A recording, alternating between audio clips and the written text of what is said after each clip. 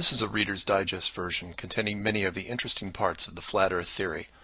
For those who have already started seeing things with new eyes, it will be mostly a recap, but there could be a few new angles you haven't looked at. For the rest of you who are new to this, the first question is invariably, is this a joke? Because it's a joke, right? And that's where we start, because it's one of our two basic childhood facts. 1 + 1 = 2, and the Earth is a globe. We're taught this before almost everything else, and that right there should give you a clue on how serious this secret is. But for those who have forgotten their history, here's the modified Men in Black version. For the first 4,000 years of our civilization, we believed that the Earth was a flattish disk surrounded by a solid dome barrier called the firmament. All of the 5 major religions had their own version of this, and the churches enforced the belief. Then, around 1514, a man named Copernicus created a new model of the world. He stated that if the Earth was spinning around 1,100 miles an hour and circling the Sun at 60,000 miles an hour, the world was then round. And while the math more or less worked, there was a problem.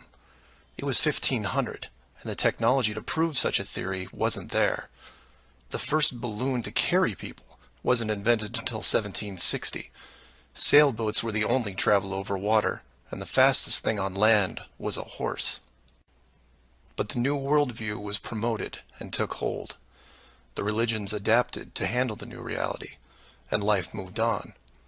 More importantly, the globe model was quickly introduced into the education systems. Over the next 500 years, the challenges to this model faded, to the point where the globe was accepted as universally as physical laws such as gravity. Read that again if you didn't absorb it.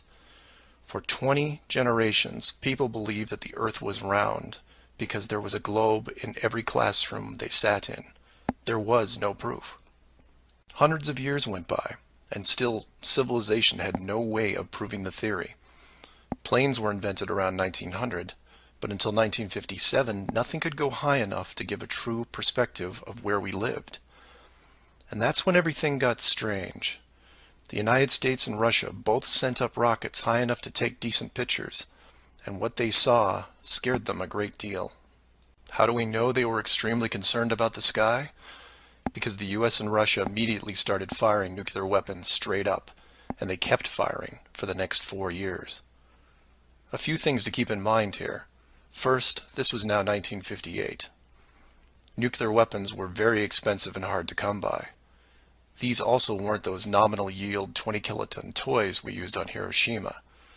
This was high kiloton to low megaton, and we couldn't get them up fast enough. And the strangeness continued in other places. In 1959, only a year into the atmosphere bombardment, 10 nations, including the United States, made Antarctica off-limits to any colonization. A treaty was put in place and to this day remains intact. Over 50 nations now have signed off on this treaty. Do you know any treaty that has lasted that long between all industrialized nations? Moreover, do you know any piece of real estate in the world that is owned by no one? You would think at the very least one of the large oil companies would use their huge financial resources to explore this region, and yet they don't even petition the idea. The short version of the discovery is this. By 1958, the military had discovered the very solid upper and outer edges of our world, and had to create a way to put up "Do Not Enter" signs without looking obvious. It was tricky, but if there is one thing I have learned about the authority, it's that nothing is left to chance. Most of the work had already been done for them, so their job was primarily in the details. The sky part of the dome was much higher than commercial air traffic, so the only thing they had to worry about there was the space program, which is immediately militarized. The outer border had the natural benefit of not only an extensive ocean, but a scaling decrease in temperature and a steady increase in iceberg frequency to discourage ships, all leading to a permanently frozen landmass that could not be used for any form of agriculture. This ocean and ice layout had worked well for thousands of years because the technology of the current civilization didn't evolve quickly. Sailors avoided cold weather seas whenever possible, and oxygen levels get low enough to harm people, even on high mountains. The brilliance of the design comes in the simple fact that human males are corrupted by power. Corruption so total, in fact, that they would rather hide the world itself rather than risk their power on it. You could theorize that kings and popes were told of the world a long time ago. Maybe an ancient scroll or book. Perhaps an interdimensional being told the tale of what the world looked like. But this was all but dismissed, because even the most powerful leaders of the day couldn't reach the borders.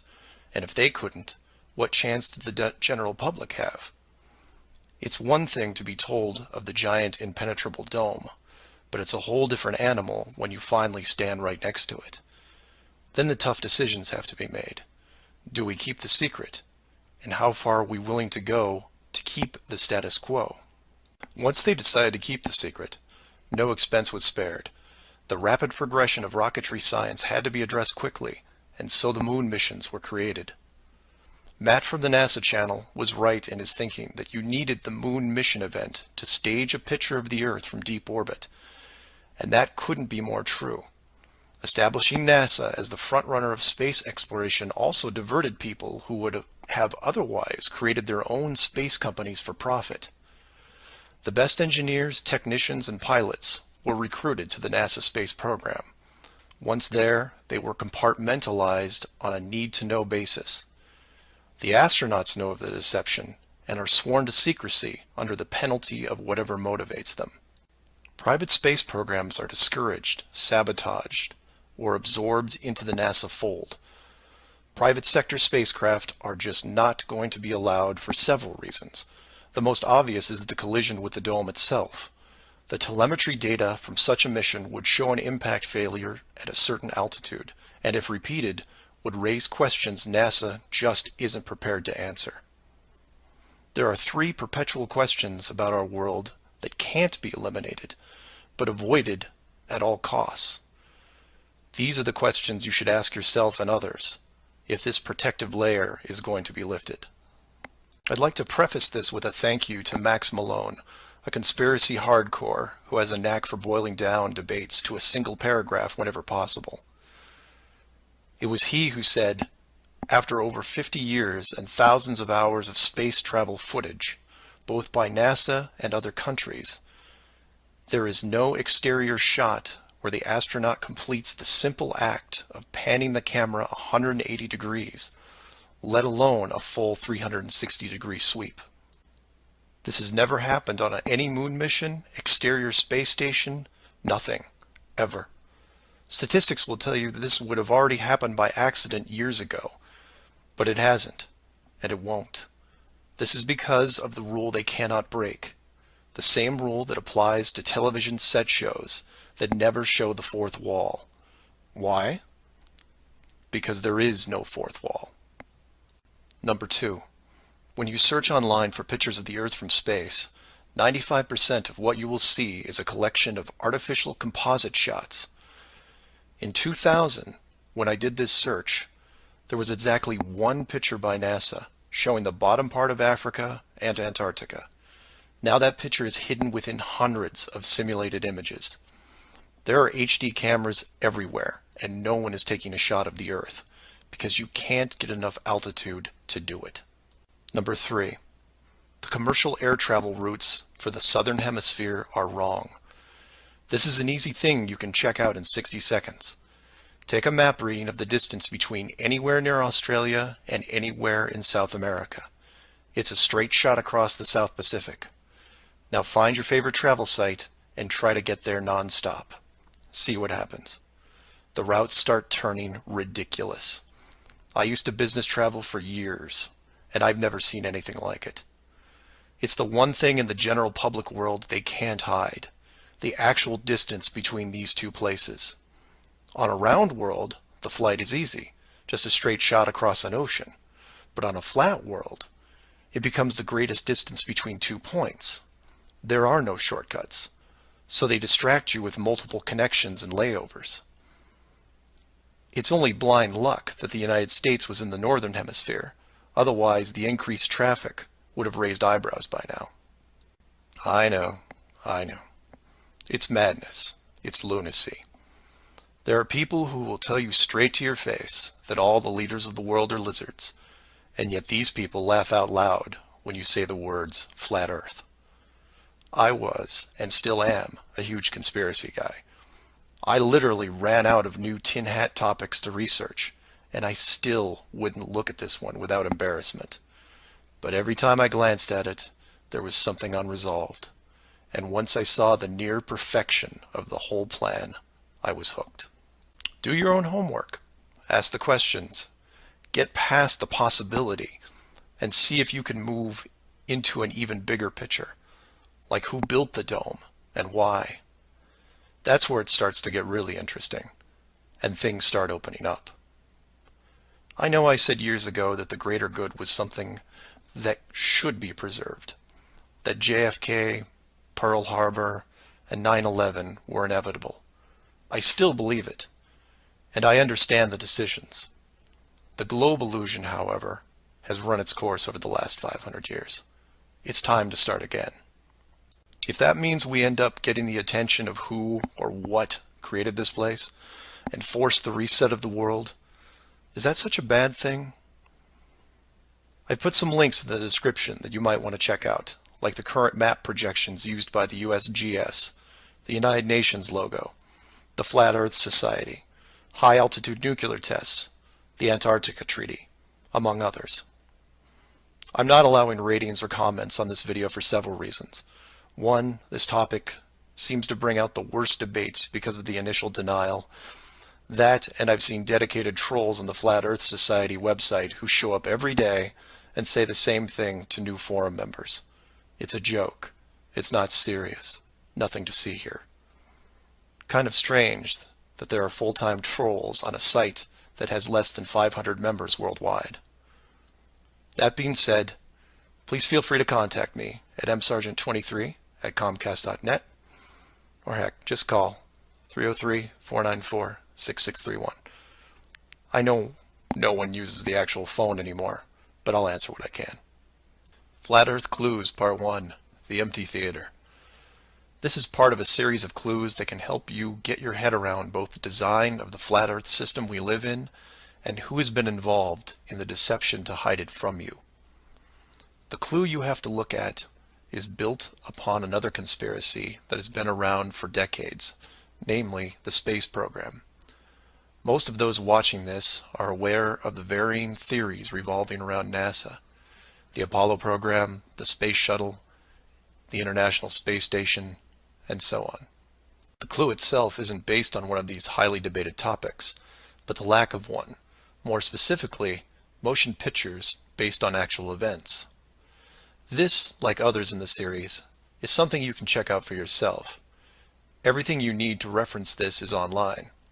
To begin, think of all the movies involving space travel that you've seen in your lifetime.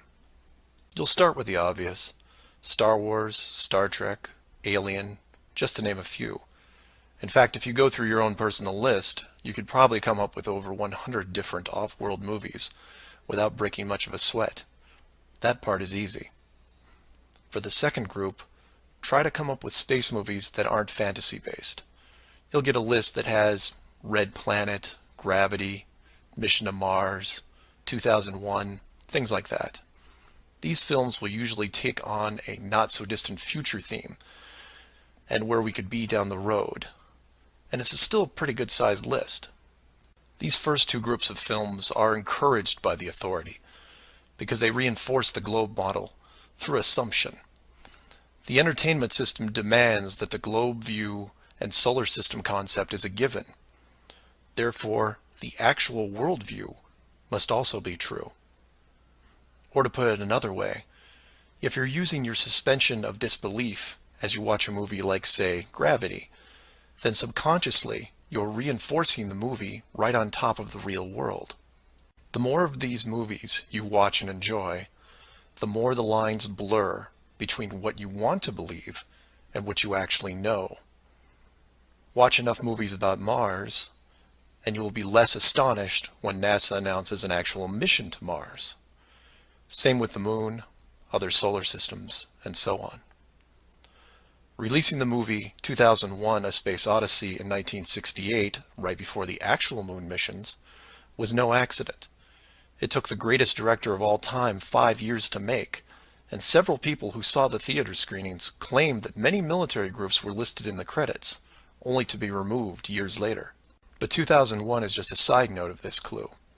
For those who really want to dig into Stanley Kubrick's hidden vision, I highly recommend the documentary Room 237.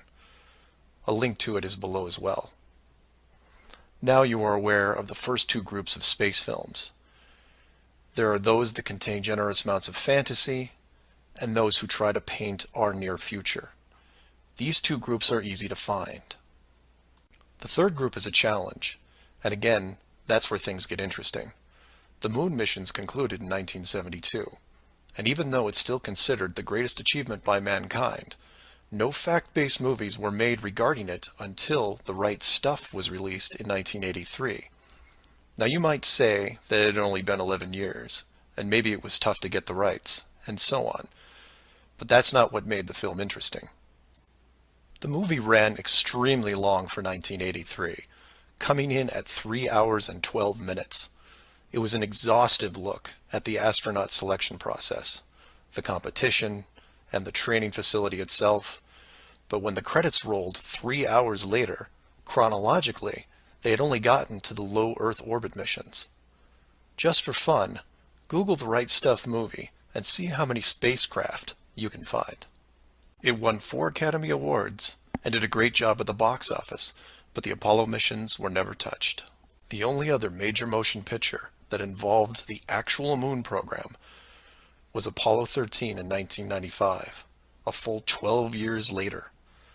Apollo 13 only covered a single moon orbit and no landing or close-up reference to the previous missions below them.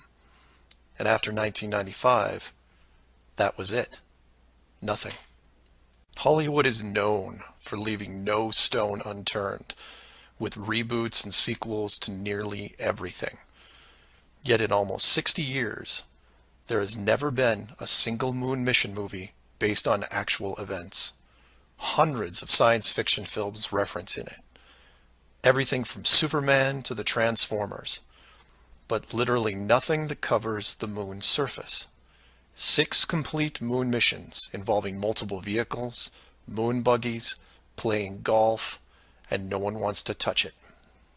Now, to be fair, there was a TV miniseries in 1998 covering the subject.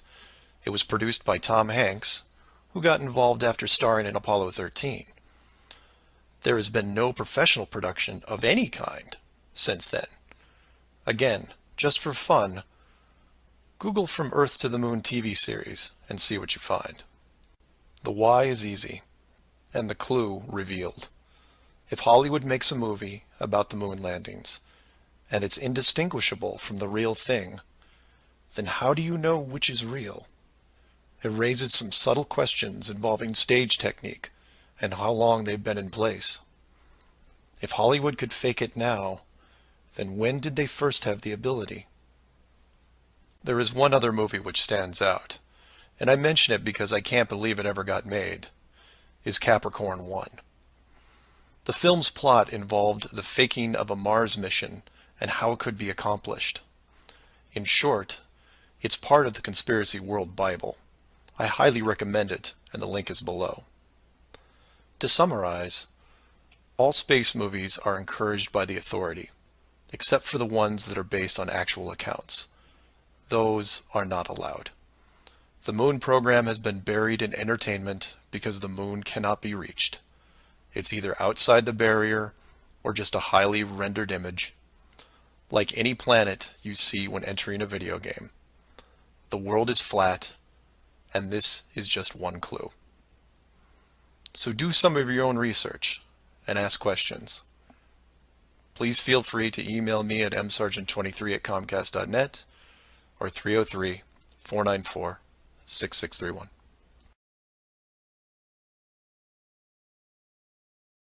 Flat Earth Clues, Part 2, The Bird Wall. This is part of a series of clues that can help you get your head around both the design of the flat Earth system we live in and who has been involved in the deception to hide it from you. This clue revolves around one of the most remarkable men you may have never heard of, Richard E. Byrd, and his relationship with Antarctica and the secretive missions he carried out there until his dying day. Some of you have followed the legend of Richard Byrd through the Hollow Earth theory. We aren't going to be covering any Hollow Earth in this video, but instead focus on the man and his involvement with the South Pole. The Reader's Digest version of Richard Byrd is as follows. Born in 1888, he became an American naval officer who specialized in feats of exploration. He was a pioneering American aviator, Medal of Honor winner, polar explorer, aircraft navigator, expedition leader in the worst environments in the world, and the youngest admiral in the history of the Navy. In addition, his list of awards takes up several pages in Wikipedia, including 3 ticker tape parades in his honor. In short, he was Indiana Jones on steroids. Some people will say that Roy Chapman Andrews was the real Indiana Jones. And you might be right. But Richard Byrd beat Indy 6 days a week and twice on Sunday. I mention all his accolades to paint a picture of credibility and trust. The governments of the United States and the world trusted his judgment and leadership, and took advantage of every chance they had to put him in charge of special missions. The first large-scale mission was an expedition to Antarctica in 1928. This was noteworthy because even though he had just flown over the North Pole in 1926, all expeditions from 1928 on were focused on the South. The expedition lasted 2 years, and during it, at the age of 41, he was promoted to admiral. His second Antarctic expedition ran from 1933 to 1935, and his third from 39 to 40. While in Antarctica, he was also an advisor for other countries who had their own expeditions, including England, France, Germany, and building off previous countries' expeditions from Belgium, Japan, and Sweden. He then helped lead U.S. Navy fleet operations in World War II, was present during the Japanese surrender in 1945, but then something strange happened. He went back to Antarctica. Now, some of you aren't surprised because he'd been there since 1928, and I agree with you. It's the how that's interesting here. His fourth trip to Antarctica wasn't an expedition. It was a military operation called Operation High Jump. Commanding an entire aircraft carrier group that included 13 support ships, Admiral Byrd led 4,700 men to the South Pole, for reasons that are still shrouded to this day. Some say they were chasing the remaining Nazi fleet, even though Germany had surrendered a full year earlier. Others say there was a Nazi base established in Antarctica during the war, when Admiral Byrd was absent. None of these theories are important for this video. What we do know is that the U.S. had sent an excessively large military force to the ice, all under the guise of peaceful intentions. During this operation, Admiral Byrd told a Chile newspaper this: "The most important result of his observations and discoveries is the potential effect that they have in relation to the security of the United States.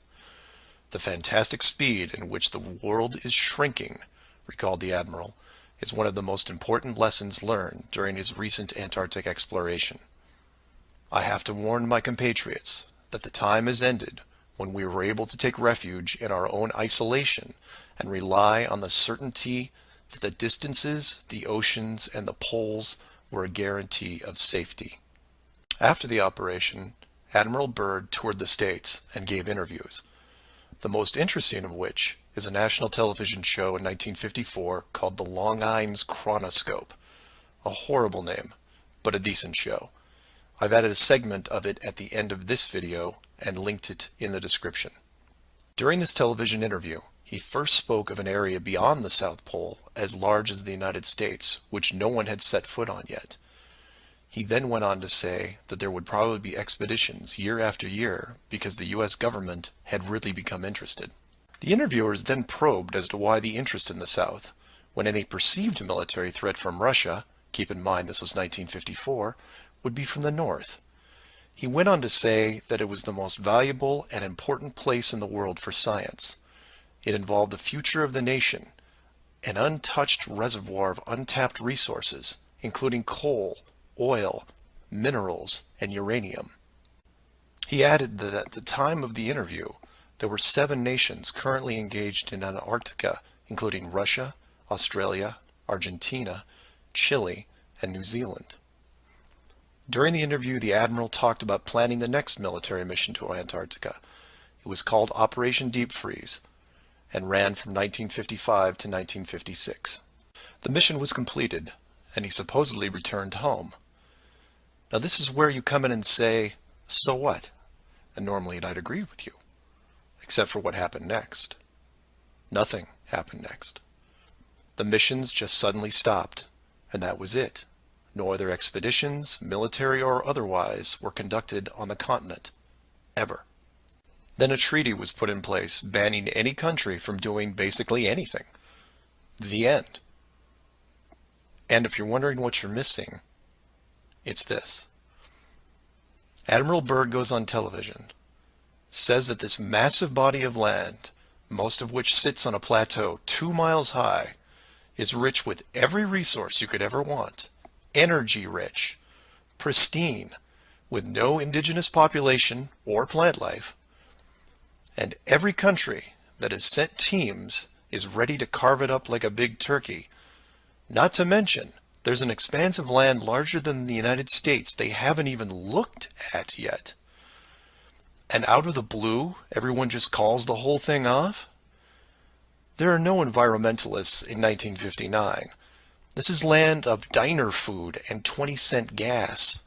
I'm calling total BS on this one. The dollar value of the initial resources find would have fueled armies of greedy companies. So what happened?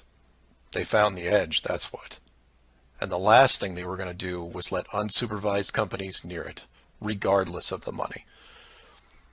Even if it was hundreds of miles away, you couldn't allow resource corporations even into a safe area, and then years down the road as they expanded, tell them, oh, sorry, you can't go beyond this point.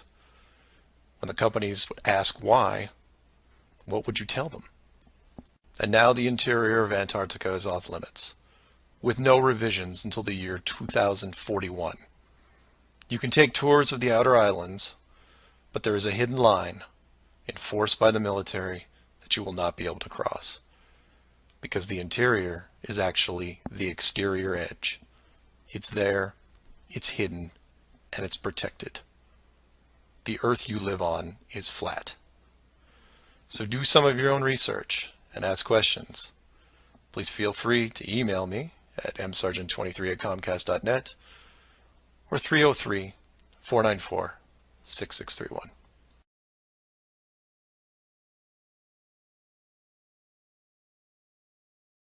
Our very distinguished guest for this evening is Admiral Richard E. Byrd.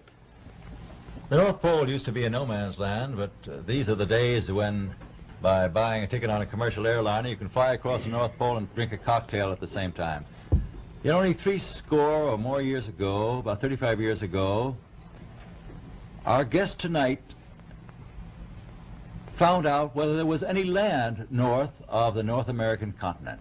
He made that first discovery flight, and I must say that Admiral Byrd, our guest tonight, is not only our greatest living explorer, but he's been an inspiration to countless Americans. Admiral Byrd, you've been to both the North Pole and the South Pole. Is there any unexplored land left on this Earth that might appeal to adventurous young Americans? Yes, there is. And not up around the North Pole, because it's getting crowded up there now, because they find out it's really usable, not only to live in, but militarily. But strangely enough, there's left in the world today an area as big as the United States that's never been seen by a human being. And that's beyond the pole on the other side of the South Pole from Middle America. And I think it's quite astonishing that there should be an area as big as that unexplored. This is a tremendous So challenge. there's a lot of adventure left down at the bottom of the world. Admiral, an expedition to which I believe you're the advisor is now en route. What is that expedition doing? Well, that's the icebreaker Atka, and it's a reconnaissance expedition. It's going down to the South Pole area to make certain observations and to look for some bases. They will be back in April, and they will report back, and upon the information we get from that undertaking, we will base the bigger expedition that's to follow. Is that very definitely planned, or is that... That is being planned right now. So I'm willing to say to you that there will be a number of expeditions that will follow, I think, year after year, at the bottom of the world, because the government has really become interested. Well, Admiral Byrd, I can understand, I think everybody can, the interest in the North Pole because it's so near our greatest challenger, Soviet Russia. But why this interest in the bottom of the world? Nobody living down there, is there? No, it's pretty cold. There's only one permanent resident, that's the emperor penguin. The little ones live further north. I tell you one reason they're interested. It's by far the most valuable, important place left in the world for science. That's why the scientific groups all over the nation are really interested. But more important than that, it has to do with the future of the nation, those to come after us, or even during your lifetime. Because it happens to be an untouched reservoir of natural resources. And, you know, as the world shrinks with an ever-increasing acceleration, far-flung places, once useless, like we thought the North Pole was, and no man's land, become very useful. The bottom of the world will be important, not only to us, but to our allies. I was going to ask you, does it have military importance? It has some, and as the world shrinks, it will continue to shrink with an ever-increasing acceleration, thus bringing these places closer. And in the future, I can see a time when it will be very, very important strategically. Well, has the development of air power increased the strategic importance of places like the very much Palmer so. Peninsula, we'll say? Very much so. Even now, if anything happened and we lost the Panama Canal, we would have to control the islands just north of Antarctica, which are part of Antarctica. Then between there and Cape... Admiral, you speak of the resources of Antarctica. What are they? What are the natural resources there? Well, we've found enough of coal within 180 miles of the South Pole in a great ridge of mountains. It's not covered with snow, enough to supply the whole world for quite a while. Well, that's the coal. Now, there's evidence of many other minerals. We are pretty sure there's oil. Now, that coal shows the bottom of the world. Now, by far the coldest spot in the world. Where that coal is gets 100 below zero in the winter. well, It was once tropical. So we think there's oil there, and there's evidence, probably uranium there. is it any secret? Is there uranium there? That would be the only thing that would be practical to actually go after, I suppose. Everything else would be economically unfeasible, wouldn't it? Well, as we recklessly expend our resources, the time will come when we'll have to go after that stuff down there. Well, you know, I avoided what you said about uranium. I'm not sure about that. I don't want to have the world fight over the Antarctic. Admiral Byrd, is there a competition among other nations to try to get information about Antarctica and possibly to secure some of these resources? Well, yes. There are now 7 nations very much interested. Russia is interested tremendously. That I'm sure of. Australia has an expedition down there. The Argentine, the Chile, New Zealand, Britain, and so on. Now, you can understand those people down there being interested because they live down there, the New Zealanders, the Argentinians, the Chileans, and Australians. And so we don't do much about claiming anything. Admiral, you make this sound a little crowded. Are there that many expeditions now there or en route there?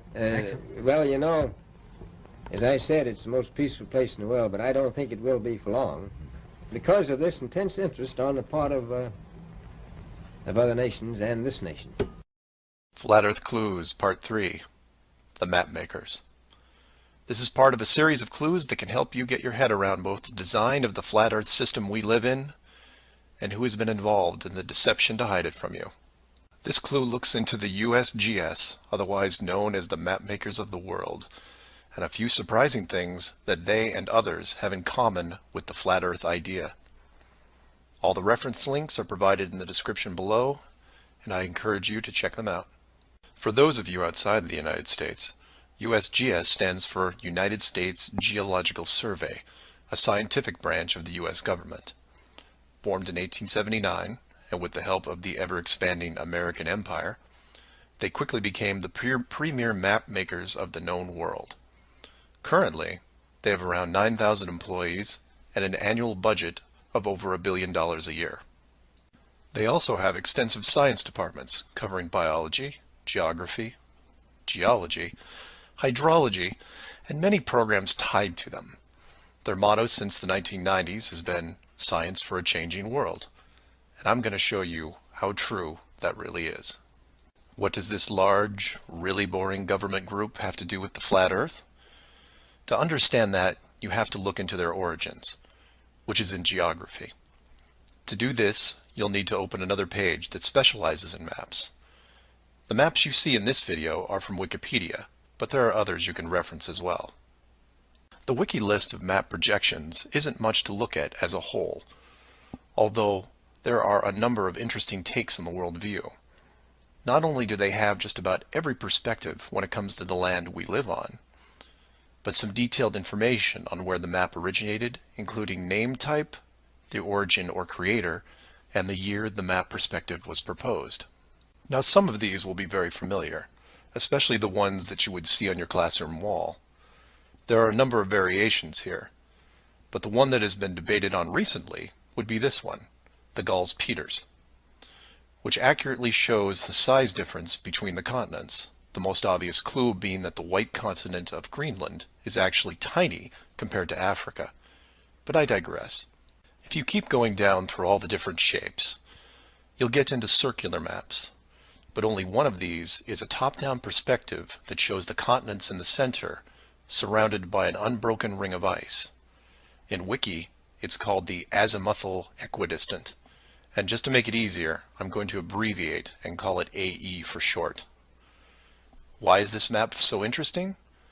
Well, if you're looking at the Wiki page, you'll spot a few reasons. The first is that in the notes section of the map, and I quote, "Used by the USGS in the National Atlas of the United States." It also mentions that it is used as the emblem of the United Nations. Of all the maps on this screen, it is the only one that references a group of any kind. And if you keep this page open and navigate over to the Flat Earth section of Wiki, you'll notice towards the bottom of the page a similar map. I've referenced it here, and you can tell quite easily it's identical, but not referenced or linked as the AE model. To make things even more strange, we go back to the USGS model, and you see that it was first proposed 1,000 years ago, and you may think, well, that's a bad link. So you compare it with the person who proposed it, and you get this guy, Al-Biruni. Who was Al-Biruni? Well, he lived around 1,000 years ago and was considered one of the greatest scholars of his era, schooled in multiple sciences. Have you ever heard of him? I hadn't. Maybe it's multiple bad references in Wiki. Well, no, because NASA knows who he is and named this moon crater after him. So why is the USGS using a version of the world map designed by a 1,000-year-old Persian scientist? Because it's correct. That's why. So to be clear, let's compare them again. The United Nations flag, the USGS official map of the Earth, and the Flat Earth model. All identical, but one isn't recognized and instead ridiculed as an outdated look at the world. And this is one of those political quandaries that the authority gets stuck in. The short version is this. The government is on the same page as the flat Earth, but they can't admit it, even in confidence. We know the Earth isn't flat, they say, but it really is. We know you use the same map as we do, but ours is just an image.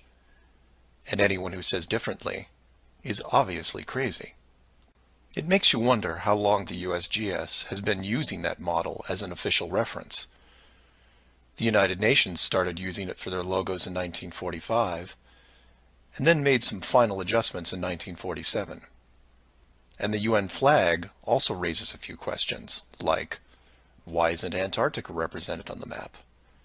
Is it supposed to be assumed in the outer circle, or perhaps the spiky olive branches on the outside?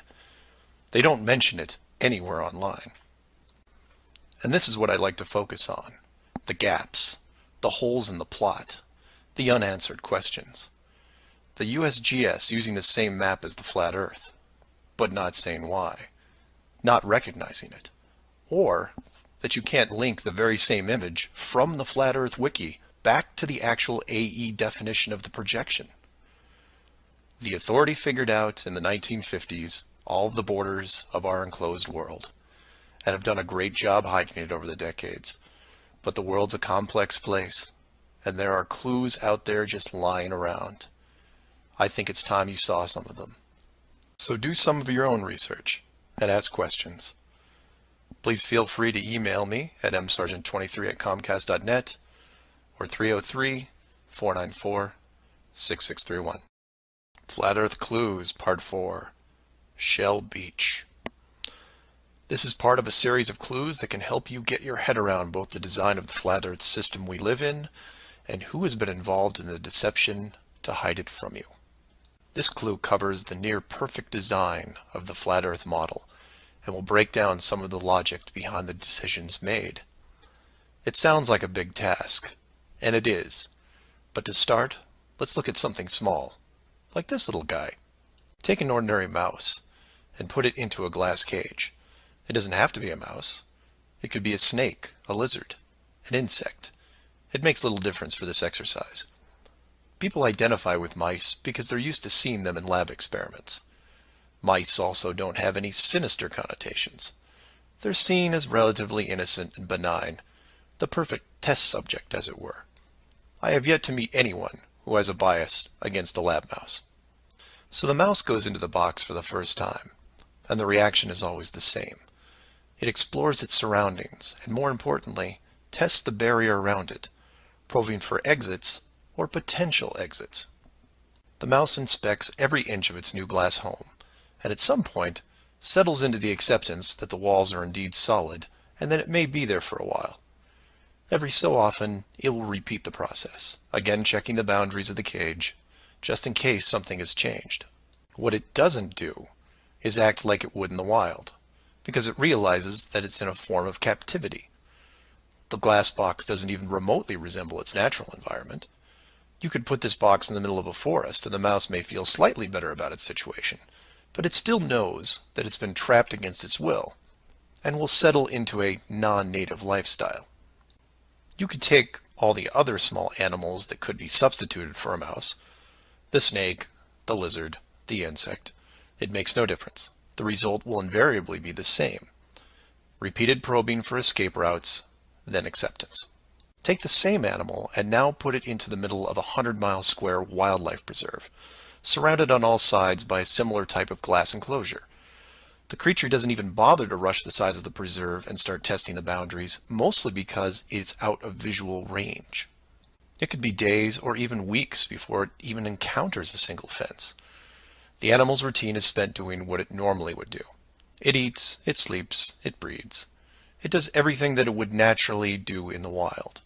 If one day the animal approaches the fence, there might be some curiosity, but any anxiety is quickly resolved by just turning around and heading back into the vast expanse from which it came.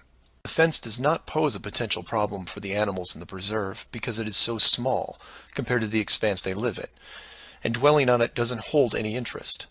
We're assuming here that the fence is high enough to discourage flying creatures as well, deep enough to stop burrowing classes, and if you want, reaches the floor of any nearby bodies of water, stopping any clever aquatic types. The point here is that all creatures great and small inside a giant wildlife preserve, when encountering the fence, wouldn't care. They would all, in their own way, just shrug and move on with their lives. However, if you take a human, male or female, regardless of education or nurturing, and put them in the exact same wildlife sanctuary, the response would be quite different. When the human approaches the glass fence, they don't see it as a minor distraction. They pause, they wonder, and more importantly, they ask questions, either internally or amongst others. Why is the fence here? How far does it reach? Can I dig underneath, or climb over, or go around it? These questions continue in a way you might imagine, but eventually a bigger question jumps to the top of the list. Who built the fence? It is that which changes not only the type of questions being asked, but how the human being, or beings, look at their world. The giant wildlife preserve suddenly gets smaller. Each new fence border discovered starts to artificially constrict their expanse, even though the dimensions haven't changed. Before long, the preserve, their home, loses some of its relevance. The fence is a reminder of the unknown. It provokes fear and endless speculation within the human.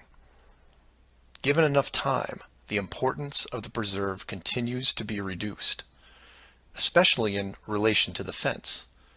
And the reason why it's so engrossing for the human is simple. It's there. It's real. They can see it, and maybe even touch it. Adding more humans to the equation increases the disparity of the situation by orders of magnitude. Have you seen the fence? Do you know how long it's been here? Have you ever known anyone that's been outside it? It's older than us. Who is responsible for the fence? What can we do to appease the group that created it? You can see what this might lead to. A long-lasting group hysteria would entrench itself within the population, grab hold and never let go. The fence is bigger, older, and wiser than they are. It humbles them, it angers them, and it is forever. It is their proof of a higher power. Maybe not God, but certainly God-like. No civilization, regardless of technology, discipline, or age, would be able to cope with the existence of it. For the human psyche, there are just too many questions that go unanswered. Life would never be able to progress normally. To summarize, a garden variety wildlife preserve would work for 99.99% of all the world's life forms. For human beings, however, you would need to make some modifications, or really just one big one. So let's take a look at a few examples of how this could be accomplished, and from there expand it. The first failed example can be seen in the 1998 movie Dark City. This is a good starting point to get you in the right mindset. The premise here is that an advanced race creates a small flat Earth area, complete with a traditional dome. The design, however, is initially flawed in that they built the city all the way to the outer edge, leaving no room for error. To compensate for this, they altered the memories of the human population on a regular basis, therefore repressing any long-term investigations. However, in movies, there are always anomalies, like the police officer who realizes that even though he remembers visiting a place called Shell Beach, there is no way to reach it, because Shell Beach is outside of the flat world and never existed. He just keeps going around the circular city that has no exits. In the end, another man, the hero of the movie, makes it to the edge, steals the advanced race's power, and creates an ocean, which really should have been there in the first place. Move from there to a movie released only 4 months later called The Truman Show. Inevitably, all flat earthers have to take a hard look at this movie from a technical point of view.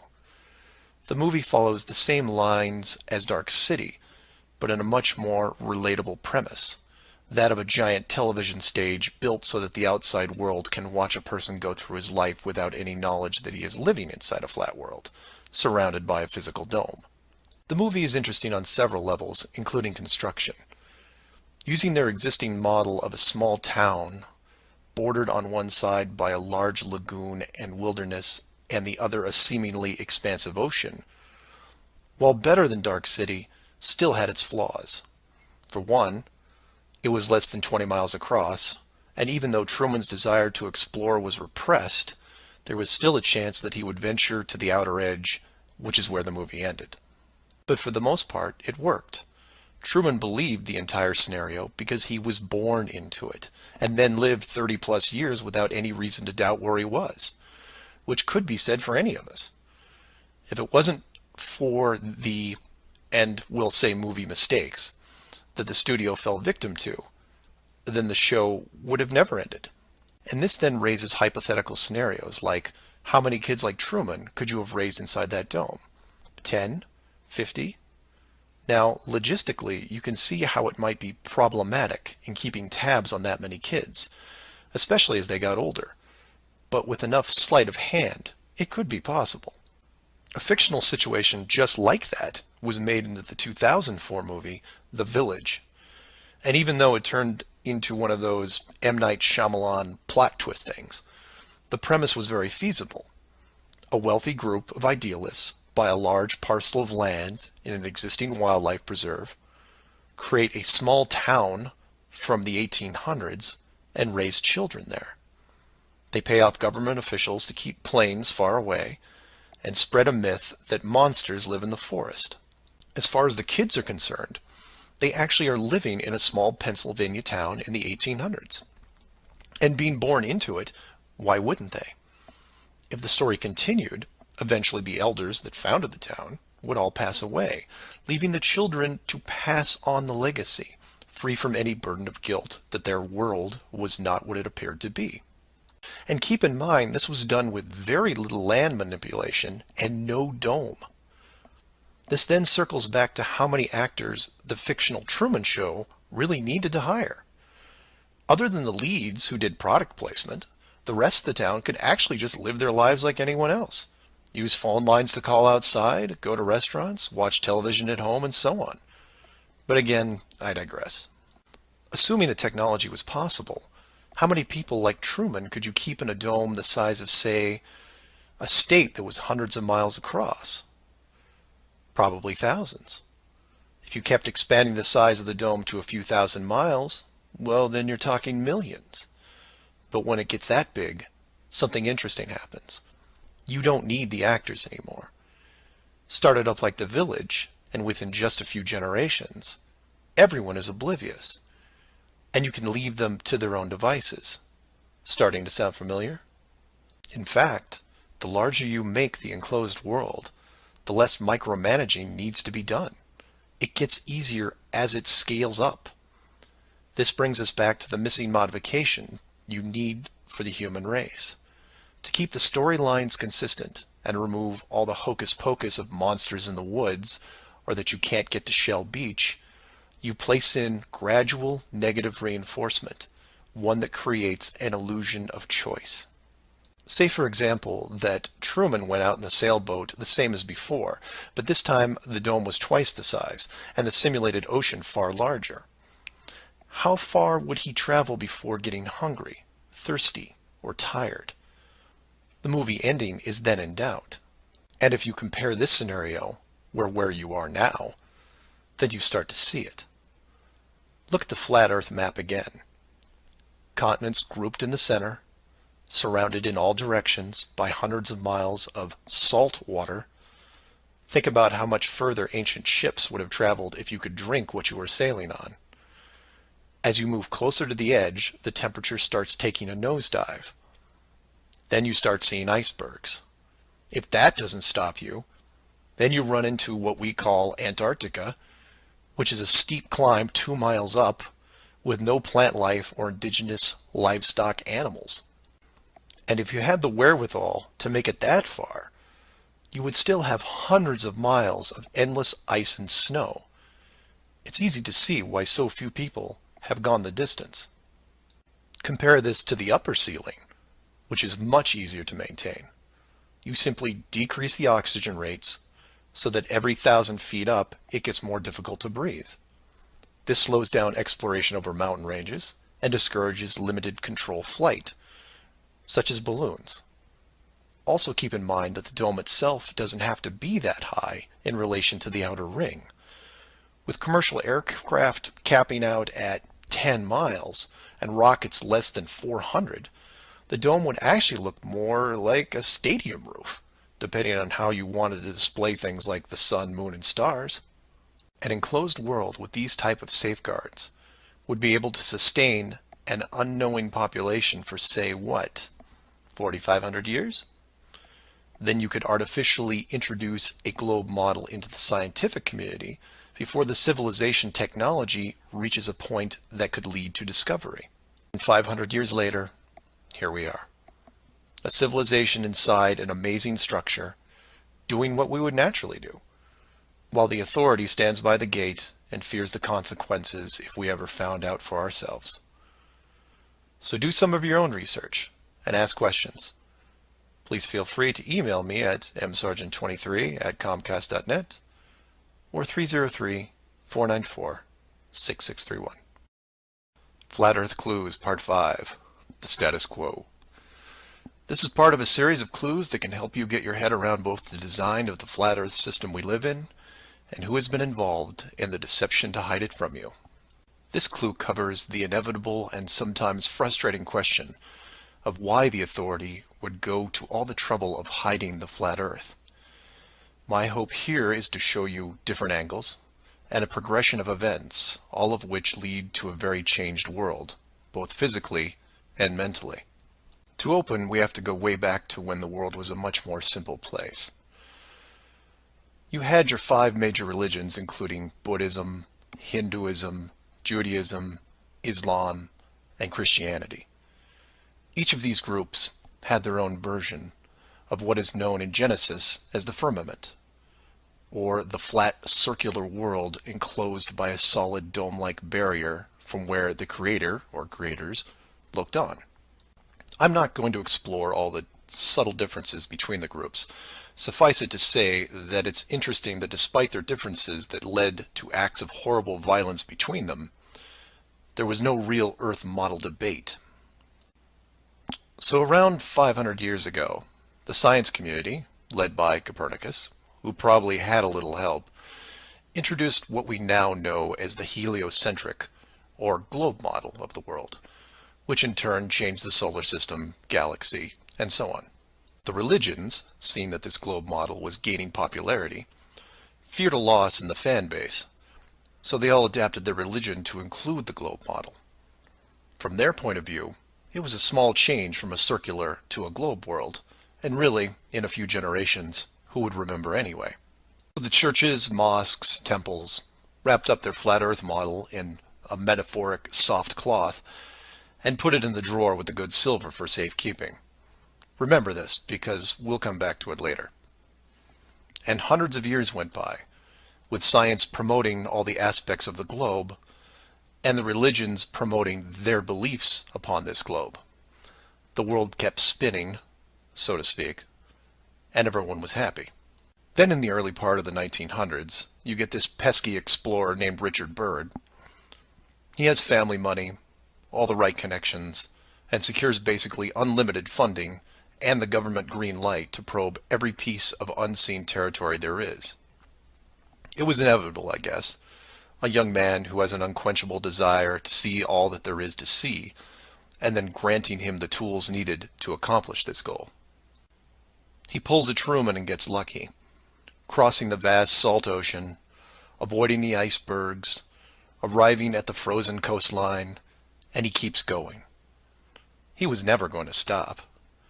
One day, after crossing hundreds of miles of high-altitude ice and snow, Admiral Byrd sees it, a barrier. And to him, it's just a barrier, not the barrier. He is but a tiny speck in front of it. It stretches out on both sides as far as he can see, and straight up so far that he can't discover the beginning of the arc. The great explorer now has a new challenge, finding the shape of this thing.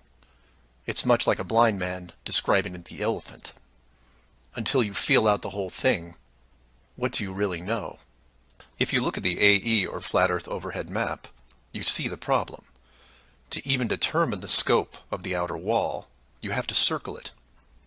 It would have taken months, if not years. You could use a series of ships going in opposite directions, or planes, but there are refueling stations that need to be built, and so on. His task was challenging to say the least. Admiral Byrd kept laying the groundwork of the great discovery until his eventual death in 1957. A year later, the United States and Russia found the upper edge. From there, the math was easy, and moreover, you could actually see the real world. Then, of course, there is the decision, or deception, depending on how you looked at it. The authority made the call to hide the actual shape of where we live, then sealed off the outer edge from prying eyes, and created the space program not only to reinforce the globe model, but to control it. There was really only one reason they cared about this, and it takes a while to process.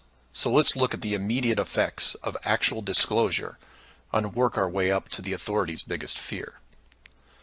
For this exercise, we'll look at releasing the news today instead of, say, 1958. While 1958 would have been easier, it's much more relevant and entertaining to explain it in modern terms. We start with a press conference by, let's say, the United Nations, who have discovered that the world is indeed enclosed in a giant high-tech dome of unknown origin and age. The public reacts with wonder and awe, trying to take in the sheer scope of this announcement. Facebook crashes, Twitter crashes, entire mobile networks crash. It's like hitting a beehive with a sledgehammer. News organizations around the world send teams to the outer edge to confirm the finding, and the general public is glued to their media devices. That's the good news, the excitement, the revelation, the positive shock. Then the bad news starts coming in waves, some of which you might not expect. The first is the immediate disbanding of NASA and all other world space programs, for obvious reasons. Most governments will secretly pardon these groups and keep them immune from class action lawsuits, the lawsuits themselves coming from NASA investment groups, claiming fraud. Regardless, everyone at NASA, despite their good intentions, is out of a job overnight. And this is where you would say, good, they deserve it. About time they stopped lying to everyone. Oh, but it doesn't stop there, because every contractor and subcontractor that are exclusively tied to NASA, they have to shut down as well.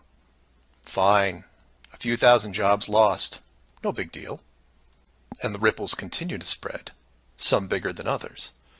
Observatories all over the world closed their doors, and the reasoning is this. If you've been looking at the ceiling for decades and couldn't tell it was a ceiling, then what good are you? Every university in the world that has an astronomy or astrophysics program, well, they don't anymore. Stephen Hawking, his book writing days are over. Carl Sagan, no more nova in syndication, I guarantee it. Those professors are going to have to retool their skills and be prepared to answer one giant question. How did you not see it? Weren't there clues? People start finger pointing, and it will continue for years. And still my fellow flat earthers will say, well, hell, that doesn't sound too bad. So some nerds around the world lose their jobs. So what? You don't get off that easy, is what. The finger pointing at the now defunct NASA will then turn to finger pointing at the government, who directed the whole thing. This is where we run into some dangerous ground, involving things like the Ark of the Covenant, the Holy Grail, and the Ring of Power. And you say, you lost me. I was with you until you started bringing up religious artifacts from movies. And you're supposed to be lost. Of the 5 major religions we mentioned earlier, those being Buddhism, Hinduism, Judaism, Islam, and Christianity, none have been able to produce a supernatural object over the last 5,000 years. And trust me, it would be beneficial to do so. The Ark of the Covenant would benefit Judaism, the Holy Grail Christianity, and the Ring of Power, well, that benefits someone else. Maybe I'll leave alone for now. The point is that all religions are actively seeking their leverage against science. You've heard of the division between church and state. Well, here it is. Advantage church. The barrier becomes a giant religious symbol, and since it is backed by the Big Five, it also becomes universal. The Big Five then go into their drawer with the good silver and pull out this belief that was forgotten but not lost, and say, we knew it all along, and science lied to us. Temporarily, all religions unite against science, who has been only moderately weakened by the removal of their astronomy and astrophysics divisions. But the public won't care, because they will listen to the group shouting the loudest, and no one yells louder than the church. They will scream with righteous fury that the dome was built by our God, your God. and the people will turn to science and hear nothing but crickets. And that's where the world changes, because in times of great stress, the public will want words. And while religion has no shortage of them, science simply is incapable of taking leaps of faith. I'll take a glass half full approach and say that anyone listening to this is probably an intelligent, rational person, one who can make informed decisions outside of the conventional doctrine. But for every one of you, there are hundreds, if not thousands, of mouth-breathing troglodytes who will not walk but run to the respective house of religion and say, "You were right about this. What else can you teach me?" This is what fills the current authority with pause. The unknown response to that question. Will religion take the high road and work with what remains of science to discover the truth? It's possible, I suppose. It's also possible that religion will combine this technologically advanced society with a revitalized and aggressive doctrine that then transforms daily life into something that makes the book 1984 seem like a Saturday morning cartoon show. I'm hoping that mankind will prove me wrong, but so far, that isn't the case. So do some of your own research and ask questions. Please feel free to email me at msargent23@comcast.net or 303-494-6631. Flat Earth Clues Part 6, Depth Perception. This is part of a series of clues that can help you get your head around both the design of the flat Earth system we live in and who has been involved in the deception to hide it from you. This clue looks into the inevitable design question below the surface, or more specifically, how thick the flat Earth design would need to be. To start, let's quickly recap the design features so far. A basic dome structure made up of advanced high-density material, thousands of miles wide, and at least 100 miles in height. The ceiling of said structure being projected upon by an ultra-high-definition system using super LED technology and a combination of 2D and 3D imaging to simulate all celestial bodies, including sun, moon, stars, and so on. This ceiling is then protected by a scaling decrease in temperature and oxygen levels to the point where human life isn't naturally sustainable above 4 miles. The lower surface of the dome structure consists of an organic layout of continents, grouped at the center, ensuring that no land bridge exists to the outer ring. This is then surrounded by hundreds of miles of salt water in order to limit sea travel. The salt oceans are then adjusted with a scaling decrease in temperature as the outer area is approached, to the point where salt water freezes, forming icebergs, further reducing sea travel. The outer ring is then elevated to a height of 10,000 feet, reducing oxygen levels, and a buffer zone of 300 miles is created. This zone is devoid of all life forms that could be used as food, further discouraging land travel. That all sounds pretty good. But we left out one thing: depth. Keeping human beings away from the ceiling is easy, because it requires higher technology. Protecting the outer ring is a little more difficult, but can be accomplished with layers of negative reinforcement. Protecting the actual common ground is a different challenge, because digging is basic. Everyone knows how to use a shovel, and most construction requires a generous amount of digging. In addition, natural resources such as coal, oil, minerals are harvested through large-scale digging operations. So it's safe to say that any human population is going to be digging a lot of holes because it's easy and it's necessary to continue their way of life. That being said, how thick would you need to make the flat Earth model so that people didn't accidentally dig their way through? You could use the same method as the outside barrier and create a series of undesirable layers, ending in a solid barrier. But the ever-expanding increases in general population would create an unnecessary risk. If the bottom of the flat Earth was composed of, say, an unbreakable material, this would pique the digger's curiosity, and if repeated all over the world, would raise suspicions of design. While a solid barrier works at the end of a frozen wasteland where no one is venturing, or allowed, it doesn't do much if it's found in a mining quarry or someone's backyard. For that, you need something that hasn't been used up to this point, a scaling increase in temperature, all the way to an ignition flash point and then beyond. Now you will jump in and say, well, of course, we all know that there is molten rock below the surface. We see it in volcanoes and, well, volcanoes. Yes, you do. And we've all seen the cross-section diagram of the globe Earth, which shows ever brighter bands of molten structure and so on, which is why I included the wiki link in the description that covers the official view of the Earth's structure.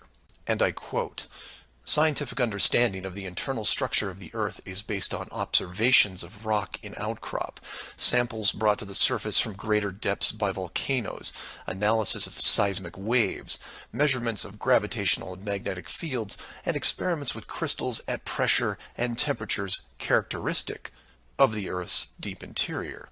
In short, they have no clue on what's below them. None. In fact, the deepest holes ever drilled, which I've also linked in the description, only go down 8 miles. To repeat, no one has gone below 8 miles anywhere. And every drilling survey is the same, a scaling increase in temperature to the point where drill bits stop working. And you come back and say, but volcanoes. Yes, there are volcanoes, holes in the earth where molten rock is produced, under pressure, I might add. Certainly that can't be artificially created. No? We can melt rock right now. It's called a smelting plant. What do you think your car is made out of? Melted, reformed, and polished rock. We have the technology to do this. It all comes down to scale. Create a large set of furnaces at, say, 50 miles below the surface that can melt and pump molten rock. And you say, what would the furnaces be made out of? Oh, I don't know. How about the same dome material that can withstand nuclear weapons? So you take the molten rock, locate a few random access points on the surface, and the rest comes naturally. Volcanoes also reinforce the Earth structure model that the molten rock goes all the way to the core, which then in turn reinforces the globe model, and then we're back to where we are now. A smoldering globe flying through space at high speeds that from a design standpoint makes no sense. So how thick would the flat Earth model floor need to be? Oh, for common use, say less than 100 miles, similar to the ceiling in scale. Large heat generators placed in a pattern, a thin layer of molten rock 10 to 20 miles down, which is really just a geologic pipe system to help with the generation of terrain. And there you have it. An efficient way of discouraging all those digging humans from reaching too far, combining a physical barrier with a mental one. 8 miles down and you're going to tell me what the entire core looks like? Give me a break. So do some of your own research and ask questions. Please feel free to email me at msargent23@comcast.net or 303-494-6631. Flat Earth Clues, Part 7, The Long Haul. This is part of a series of clues that can help you get your head around both the design of the flat Earth system we live in and who has been involved in the deception to hide it from you. This clue looks into a topic I only glanced at in the original guide, which is the southern hemisphere, or in the flat Earth model, the land masses closest to the outer ring. I like to give credit where credit is due, and the long haul title was given to me by a fellow flat earther who did some of the same research I did. The summary of the video is this. If you are looking to show someone how to view the flat Earth from a practical point of view, this is the example I would use. I'm going to show you how strange the world looks using just a few websites, some simple math, a couple minutes, and your brain. You don't have to write anything down, unless you want to, of course. I'll give you everything you need on screen and break down one of the examples as well. I'll also link the sites in the description for reference. First, here are some websites that help you calculate distance. The GPS on your phone already does this, and you may have an app as well, but here are some dedicated examples. Timeanddate.com, tripit.com, distancefrom2.net, worldatlas.com, freemaptools.com, and travelmath.com. If your favorite isn't listed here, like Google Maps, then use whatever is most familiar to you. Now we are going to look at two specific groups of cities. The first group is going to be from the area around Australia, including New Zealand. We'll call this Group 1. Group 1 includes Melbourne, Australia, Sydney, Australia, Perth, Australia, Auckland, New Zealand, Christchurch, New Zealand, and Hamilton, New Zealand. The second group is going to be some cities in South America, all in the southern hemisphere. I mention this because if you go high enough, you will run into a few cities that won't work. Group 2 includes Rio de Janeiro, Brazil, Sao Paulo, Brazil, Brasilia, Brazil, Buenos Aires, Argentina, Lima, Peru, and Santiago, Chile. Again, there is a link in the description with many other airports. Now, these two groups are interchangeable, as you would imagine, so you can start or end with either Group 1 or 2. The results will be the same, and just to make it interesting, I'll use a slightly different example, which a fellow flat earther did the legwork on, and show you that even these two groups aren't exclusive. So you take anything from Group 1 and anything from Group 2, and you get some distances, ranging from 6,000 to 8,000 miles, roughly. That's all I want you to do here is get that part in your head, noticing that the route is bent because they have to account for the curvature of the Earth. All these directions are what you would expect, a straight shot over the South Pacific Ocean. Now, just to prove it's not an exclusive route, instead of starting in, say, Rio and landing in Auckland, I'll start what should be the opposite side, in Cape Town, South Africa, which is roughly the same distance on a globe Earth coming in at 7,300 miles. Notice on the map it's still a straight shot through the Indian Ocean and not crossing any countries, an easy route. I try to book my flight. For this example we use TravelMath, but you can use whatever is easiest in your country, like Priceline, Expedia, Travelocity. It will make no difference because they're all tied to the same system. And this is when everything goes wrong. So the first leg, the airlines don't send me due east, but instead shoot me 4,700 miles almost due north to Dubai. Okay, maybe we're just picking up people. It seems a bit excessive, but I'll go with it. I'm probably comfortable in my seat drinking vodka tonics anyway. And from Dubai, it should be a straight shot home to Auckland, right? No. Now they send me southeast to Melbourne, a mere 7,300 miles.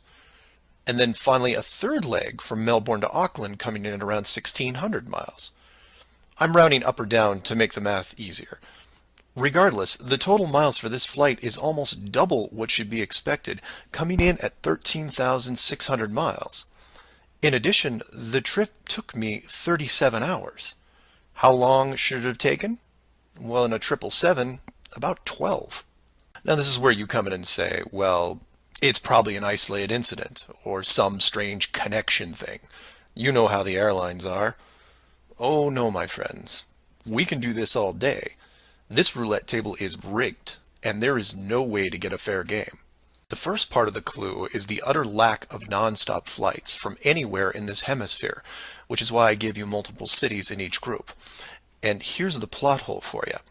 Flying from international cities like Sydney, Rio, Santiago, or anywhere else close by, you can't get a single non-stop flight, no matter how much money you pay. I tried to do this for an entire night, and it was like playing an online casino game, one that I was losing most of the time. The connections kept coming in like spam windows. Start in Christchurch, go to Auckland. Start in Auckland, go to Sydney. Start in Sydney, go to Dubai or Los Angeles or somewhere else that makes no sense. Some of these connections took the trip over 50 hours to complete. Go ahead, try it yourself. You may find one nonstop. But even then, the strangeness doesn't end there, because the speed is wrong. For reference, I included an optimum cruising speed guide from a commercial pilots forum that lists all the international aircraft used in these routes. A 777, the current state-of-the-art flagship plane, designed for maximum fuel efficiency, has a cruising speed of 640 miles an hour. 7,400 miles comes in at around 12 hours. Try to find this route. It doesn't exist. It can't. The closest I came was a one-connection flight with a 3-hour layover. The total flight time was 20 hours. 20 take away 3 is 17, not 12. And this might work if the plane was doing, say, 430 miles an hour, but it's not. In fact, the slowest cruising speed I found was an older Airbus just around 593. But this is all just numbers, right? It is until you pull up the flat Earth map and look at the farthest 2 points, which just coincidentally are anywhere in Australia and most of South America. Or my example of Lower Africa, which you can see isn't west at all. It's a shell game, and a very good one at that. Keep people guessing with multiple connections and layovers, jumping from city to city. People just sit in their seats, trying to sleep through it. And then it hits you. Well, the pilots would know, right? They fly all day, every day. Certainly, they would have figured it out by now. Some of them would get suspicious, sure. Any decent navigator will be able to work out the speed, fuel consumption, and odd connections. But imagine what they would have to get their head around. First, they would have to ignore the world GPS system that has been leading them to their destinations without error. If you want some interesting side reading, check out the link on the history of the GPS. And I quote, "Developed in 1973 to overcome the limitations of previous navigation systems, integrating ideas from several predecessors, including a number of classified engineering design studies from the 1960s. Oh, and by the way, was created by the Department of Defense, the same people that closed off Antarctica. GPS went fully live in 1995. So if you were a pilot before then, you might have been able to pick up a breadcrumb trail. After that, very difficult. Plus, let's say you did figure out that something was off. Who exactly would you tell? The FAA? You would be looking around and wondering why you were the only one to see it. And then what? You make the leap of faith and see that the entire map system is wrong? Never going to happen. You might as well just tell them that an alien spacecraft followed your plane around for 2 hours. We know what happens then. Start playing Flight Time Casino for yourself. See what interesting things you can discover. And while you're at it, show it to any pilots that you know. But don't forget to leave the words flat Earth out, because that's crazy, right? So do some of your own research and ask questions. Please feel free to email me at msargent23@comcast.net or 303-494-6631. Flat Earth Clues, Part 8, The Creative Force. This flat Earth perspective takes a look at the design from the ever-present why standpoint. And although it will review some of the dome technical features already discussed, I'll try to do it from a different angle, or more specifically, why I might build it. Someone mentioned to me recently that while the dome was a very big concept, it made the world much smaller. Kind of like what Admiral Byrd expressed in an interview all those years ago. This someone also said that it made them sad, which I understood. And while I did what I could to comfort this person, I realized that I could have done more. So this video is for the people who look upon this world with their new eyes and start drifting into a state of melancholy. To preface, this isn't jail, nor are you lab rats. And before I'm done, I hope to show you a version of why. To start, let's look at an old story, one that you may have heard, involving another enclosed world, kind of like yours. I say kind of like yours because the finished design that you are sitting in right now took several revisions in just about every aspect, much like any project. You come up with ideas, you see what works and what doesn't, and you improve the process until you come up with something that, while not everyone agrees upon, satisfies the best of all criteria. One of the first dome layouts involved a race of people who were supremely driven by ambition. They didn't have a word for lazy or fear. They absorbed knowledge very quickly, incorporating physics, advanced electronics, engineering, and drove their technology with energy from the enclosed world itself. And when their technology had reached the point where the dome's structure was discovered in its entirety, there was no reaction of wonder and awe. They just looked up and squinted at the sky. Eventually, those squints turned into glares. Oh, they had religion, to be sure, and it was tied to their daily lives, but to them, this wasn't religion. It was a challenge. Almost like they weren't that impressed. Hard to fathom, right? Seeing that your world had borders, but instead of being afraid, shaking your fist at the sky with arrogance. But that's what they did. So much confidence and might that when they found out where they really were, a new priority was created. At first, they dedicated broadcast channels to calling the dome builders out, demanding answers, and ran them day and night.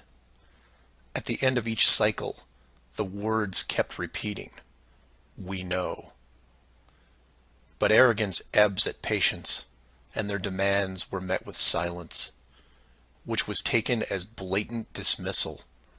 This fueled their ambition even more. The people withdrew all their efforts from breaching the outer barrier and formed a new plan. If the creators were not going to submit, then they would build a bridge and meet them at the gates. So a building was designed. But to call it a building was to call the pyramids a sand castle. It was the greatest structure ever conceived, at least to them. It was to be over 30 miles wide and hundreds of miles high, enough to reach the dome ceiling itself, where they would meet the builders face to face. They abandoned nature completely and pushed aside ecologic systems to accomplish their goal. They cannibalized entire mountain ranges, which they used to admire and love, to acquire the raw material for the awesome structure. The work crews built with flawless precision, and it was obvious that it was going to succeed. A bridge to the edge of the sky itself. The work would only pause long enough for the mighty armies below to look up and yell, "We come for you," so loudly that on a clear day you could actually feel the dome shake. And the creators, faced with their first great challenge, decided to start again. And the people were changed, their language fragmented so that the builders couldn't continue. The tower was dismantled, their technology removed and forgotten, and the people scattered. A new group was introduced to the dome, divided in every way imaginable, so that unity was next to impossible, and everything slowed down. Languages evolved and devolved into other dialects, and the languages produced text, which produced different forms of culture, and some amazing things began to happen, the most important of which was the arts. The dome builders saw the artistic pool develop into several distinct forms. Everything drawn in any medium on a flat surface. Everything molded that took on a three-dimensional shape. Everything that produced music. All things that make up the human form and motion. And all the written works. Pictures, sculptures, music, dance, literature, the arts. Driven by passion, it is the very essence of what is good in humanity. Once this was recognized, all dome methods put in place were to cultivate and enhance this process. Land masses were adjusted with geology and temperature to support every kind of terrain, with mountains, rivers, oceans, plains, forests, jungles, deserts, all of it stunning, all of it stimulating the human mind, nourishing it. And the modifications continued, with seemingly endless shades of weather. The sky was overhauled, a moon added, and layers upon layers upon layers of stars, so that one day, when the people were able to see further than their own eyes, there would still be something new to see. And the arts flourished, but there was a cost. The languages and division of cultures had put the population at odds, and wars were raging at regular intervals. The dome builders debated if the price was too high. Plans were drawn up to make more changes, until they noticed that the arts thrived even through the worst of conflicts, producing grace and beauty despite their burning world. It was wonderful and terrible at the same time, and the debate outside the barrier continued to intensify until a majority spoke out and said, "This world is a creative force, and we must see what it leads to. The barrier must be hidden at all costs." So the globe model was put into the population, and both science and religion adapted to it. The arts grabbed onto it like a new drug, the creative minds of the world exploding with new concepts. Their universe was now infinite, and the rules changed. Science then led to science fiction, which opened up everything else. Books, pictures, sculptures, dance, and music, all reaching deep into space. Decade after decade of wonderful possibilities, rising above the ashes that were at their feet. And it's not just the artists. It's everyone.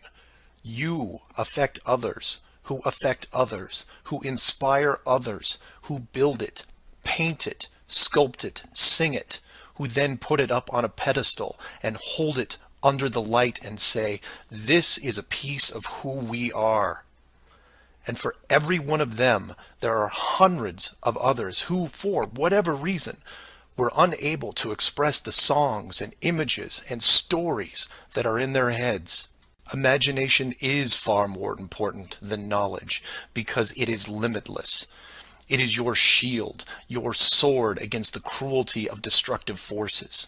There are those right now who live in chaos, whose life is surrounded by a swirling nightmare from which they think they'll never escape. These are the true warriors of the world, and they are far braver than me. I am humbled by those who suffer the most. Know that mountains were built for you. Oceans were built for you. All of this was built for you, your struggles, and your trials by fire. It may be today, it may be tomorrow, but one day the curtain will close and this stage will be struck. And when the dust settles, no matter where you are right now, you'll see the big picture and have new eyes, and you will be shown what wonder really is.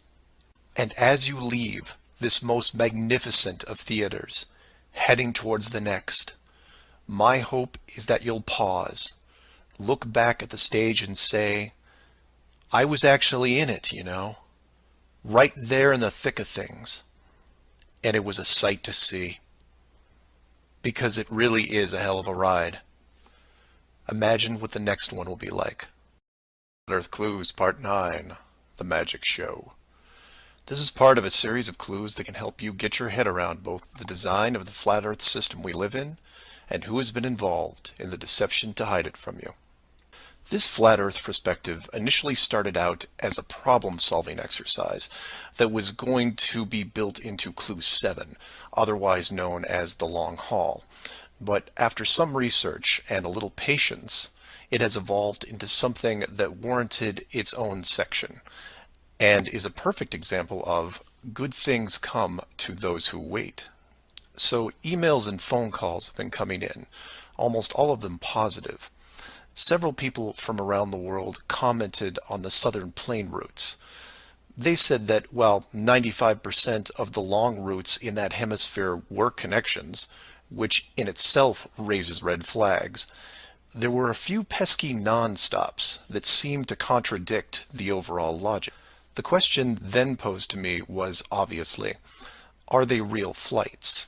Could they be put there to throw the Flat Earth group off? If it was a trick, could I figure out what it was and how it was accomplished? I accepted the challenge and started my impression of Morgan Freeman as he went up against the Four Horsemen magician crew. Now, admittedly, I was skeptical to start, because the flights went against the third rule, that being the flat Earth has no shortcuts. Only a globe has shortcuts. As in magic, I had to assume the rule was not being broken, but only hidden, or having the illusion of being broken. But first, I had to see the trick itself. I had to see the planes in question and see them make the route. Anyone can list a flight, but does it actually go from point A to point B? With the help of several other people, this was then put to the test. While just about everyone with a cell phone knows about GPS and how it can track things, many people don't know that even though it's a system built by the military, there is a very public aspect to it. So while your phone is tracked at all times, so are other things, most notably all air traffic. Now, if you're military, you could view military planes. If you work at a cargo carrier like UPS or FedEx, you can view transport planes. The general public is mostly limited to commercial air traffic. This can be viewed in several places, and the one I chose was planefinder.net. You can use others like FlightAware, Flight Radar 24, Flight Tracker. It makes no difference because they are all tied into the same exact GPS system. All these sites do basically the same thing, track every commercial plane in the world from start to end in real time. So I spend day after day looking at the Plane Finder global map, which you see here. At any given time, it's tracking between 3,000 to 7,000 flights that are en route anywhere in the world. You'll notice two different colors for planes, red and yellow. Yellow just means there's a 5-minute delay in processing and only applies to the United States. The point here is, in order to prove out these flights that go against flat Earth theory, I need to watch a few as they cross either the South Pacific or Indian Oceans. The web page updates automatically, but just to be sure, I close and reopen the page every 30 minutes or so and wait for an ocean plane. And I wait, and I wait, and I wait some more. Hours pass, days pass, and no red planes to entertain me. And somewhere in this process of me just staring at these empty oceans, waiting for a plane to cross, something occurs to me. Can you guess what it is? Nothing is crossing these oceans. Not non-stops, connections, multiple connections, nothing. But that's not possible, right? The planes have to reach their destinations. So I change gears and just watch the coastlines of anything in the southern hemisphere, and I start to see it. I follow a simple plane out of Brazil on its way to South Africa, which, by the way, is not part of the long-haul argument. It's offshore just a few hundred miles. I get something to drink, and when I come back, it's gone. Just a glitch, right? So I follow another, and another, and the same thing happens again and again. Once the plane reaches an imaginary line in the water, GPS makes it disappear. Then a friend who is also working on this problem sends me some links, which I've included in the description. I encourage you to take a look at them. At first, they don't seem like much, just an average flight log showing speed, altitude, locations, things you could expect. Then you scroll down to about 3:30 in the morning, and the location drops away and is replaced by either the word approximate or the word estimated. This then continues for the next 5 hours until, miraculously, 1 hour before landing, the flight log reestablishes itself, and the GPS system shows the plane in real time about to reach its destination. So to be clear to those who may not be seeing everything here, the flights are being dropped off GPS, and their flight data is also turned off and stays off until they are almost on top of their arrival point. And you say, well, that's how GPS works. Well, no, because the northern hemisphere has planes flying all over their oceans. And then you say that maybe it's a localized southern hemisphere thing. And I say, then why are all the flights over or near land perfectly tracked? Furthermore, this is a US-based system, with Americans flying on vacation every single day. You're telling me that those people aren't going to be tracked? In addition, the Vanishing Plane Act is happening to not only the South Pacific and Indian Oceans, which I would expect, but also the South Atlantic, which isn't part of the flat Earth argument. There are a bunch of flights that cross this relatively small ocean between South America and Africa, and every one of the planes is hidden shortly after takeoff.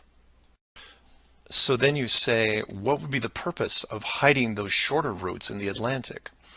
It's because of something I didn't see right away. If you hide one flight, you have to hide them all. Showing the GPS routes in the Atlantic, but leaving out the Pacific and Indian Oceans would raise different questions.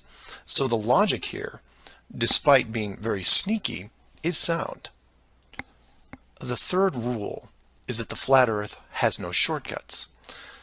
If you look at the azimuthal equidistant map again, and look close, you notice that while the South Pacific, South Atlantic, and Indian Oceans make up the lower sections on a globe, they make up the outer ring on a flat model. In that model, there is no shortcut between Australia and South America. If you are creating flight routes, you have only two choices. You take the long way around, clockwise or counterclockwise, and stay on the ocean. Or you cut across the land in the middle. But if you cut across the land, you have to create connections, because on a globe, it wouldn't make sense to fly over the top of the United States to get to South America. Neither of these choices are ideal. So the authority came up with a compromise. Disable GPS and lose the planes for every ocean flight in the southern hemisphere. Then reactivate them once the destination is reached. This is just one of the lengths that they are willing to use to keep you from seeing it. Don't just hide some things, hide everything, so that maybe the topic isn't addressed. And some would come back and say, well, nice going. You just pointed out a flaw in their system, and sooner or later they will fix the gap. Maybe. But not soon, I think. Remember, this is a rule, not a guideline. They can't change the map, so they have to work within its limitations. If they have a better workaround, I can't wait to see it. So do your own research and ask questions. Oh, by the way, welcome to the Flat Earth, and enjoy your flight. Flat Earth Clues, Part 10, Hiding God. This is part of a series of clues that can help you get your head around both the design of the flat Earth system we live in and who has been involved in the deception to hide it from you. As you can tell from the title, I'm taking a different approach. Eventually, I was going to have to address the question of what happens next, or what we do now with the information at hand. If you've made it through the guide and the first 9 clues, then at this point you're either buying into the flat model or on the fence. If this is the first one you went to because of the title, I recommend you go back, because we're not going to do much in the way of reviewing. But if you're still with me, then you would agree that 1, the world you've been taught has been kept from you, and 2, one way or another, you would like to prove this out. So how is this possible? The authority in question who created what you call the globe is guarding all the gates. They protect the sky, the outer edge, and most importantly, the education system that shows us at an early age what they want us to see. nobody listening to this has their own spaceship or advanced rocket program. Nobody actually owns a long-distance icebreaker. And while some of you may have a private plane, I wouldn't recommend testing a military barrier that technically doesn't exist. But then again, you have to remember that this is not the story of David and Goliath. The hidden world was never going to be sustainable forever. As a civilization evolves, the tools the authority uses as a method of control become more vulnerable. I've learned many things about systems over the years, and one thing that I find most interesting is as layers of strength increase, the higher the chance that they can be used to your advantage. But maybe I'm talking in riddles. I should be boiling it down to what can be done by showing you what's being hidden, what's important, and how it can be spread to others without looking like a crazy person. To be clear, and I can't stress this enough, do not start conversations with the word flat earth. Think of it like Fight Club. The first rule of Flat Club is that you do not talk about Flat Club. Before you started waking up and watching all these things, you were like me. You laughed and mocked everything that was flat earth. You may have learned faster than others, but the knee-jerk reaction by 99% of the people was created the day they sat down in a classroom and stared at the globe. Look at the videos, not just mine, but others who are putting forward some great arguments, and ask the questions that people can relate to. I'm going to introduce 3 very important questions that you can use, each with a statement that precedes it, and each statement is a motivation for a different group of people. If you don't fall into one of these 3 groups, then I guarantee you know people that do. The first statement is this: you are being hidden. What do I mean by that? Well, this goes back to Clue 7 and Clue 9, which talk about the flights in the Southern Hemisphere. If you are flying a plane over the Southern Hemisphere, your flight is not being tracked. How can this be used to find out the truth? It's simple, it's quick, and it costs no money. No matter what country you live in, send a quick note to your local, state, or federal representative and ask them this question: why are citizens of our country flying over oceans without the safety net of the GPS system? And remind them that GPS stands for global, not partial. Without GPS, anything could happen to your plane and no one knows where you are. And while you're at it, remind them that the GPS system was built by the United States Department of Defense, who never does anything small. The system that is in effect now has what appears to be huge, deliberate gaps in the Southern Hemisphere only. Do not mention flat Earth. Just voice your concern about the safety of you, your loved ones, and your fellow citizens. Will they get back to you? Possibly. Will they give you a satisfactory answer? Not a chance. Because they will only have what the military gives them. What this will do, however, is create a unique buzz in certain circles that may prove to be useful later. The more politicians or high-ranking officials you contact, the greater the noise. The motivation here, as you can tell, is general public concern. The second statement is this: wealth is being hidden. What do I mean by that? Goes back to Clue 2 and every other mention regarding Antarctica. In 1954, it was announced on national television that the continent was just millions of miles of rich energy resources. And by 1959, it was sealed off like Area 51. How can this be used to find out the truth? By contacting anyone you know in either the petroleum, natural gas, or mineral industry. This means ExxonMobil, British Petroleum, Royal Dutch Shell, Chevron, ConocoPhillips, BHP Billiton, Rio Tinto, Glencore, Anglo American, and there are many others. Find anyone in these companies and make inquiries about their prospects in Antarctica. Send them the link to the Admiral Byrd interview and ask them why, if there are no environmental conflicts regarding oil, gas, or mining, why aren't they allowed to even petition the idea, even when the world's energy resources are dwindling more every day? Put the sound of money in their ear. They may not be able to break through the decades of red tape laid out in front of them, but it will create a buzz from a different side, the motivation of greed, and of pristine resources just begging to be harvested. And finally, to preface the third statement, I need to thank all the people who have sent me stacks and stacks of biblical scripture, asking me to stop dancing around the title of the flat model and call the structure what it really is. And you know, they have a point.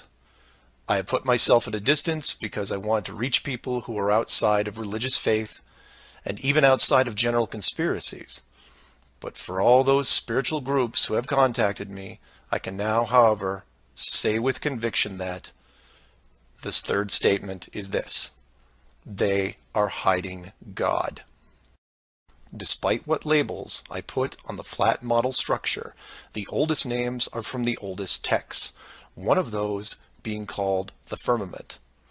If the firmament was indeed discovered in 1956 and it was deliberately hidden, then the ruling authority not only hid the structure, but evidence of the builders. And by builders, I mean creators, and by that, I mean what people define as God. Hiding God could be considered one of the worst ideas of all time. And if you are a person of great or small faith, you have a vested interest in any evidence that would solidify and vindicate your years of dedicated service. If a structure was found that had, for all intents and purposes, the handprint of God on it, then the ruling authority has no right to keep it from you. There are billions of people on this world who have personally dealt with the concept of God and would like to know for sure if these beliefs are well placed. Or, in short, you want to know the meaning of life. It's out there, and it's been hidden from you. Your motivation is clear. Go to your church leaders, your congregation, and tell them science probably found evidence of God in 1956 and decided to keep it a secret. If you know people of religious power, send this up the ladder. Get the word out and see what comes back.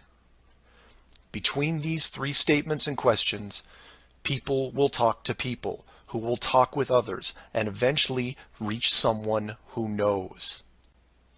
This isn't a grassroots or groundswell movement that takes a long time, because the system that has been used to mold and control you these past years has been based on speed, and by that I mean real time.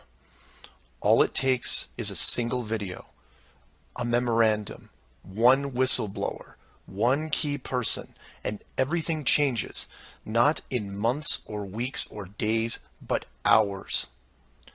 And in those hours, everything changes because of the speed.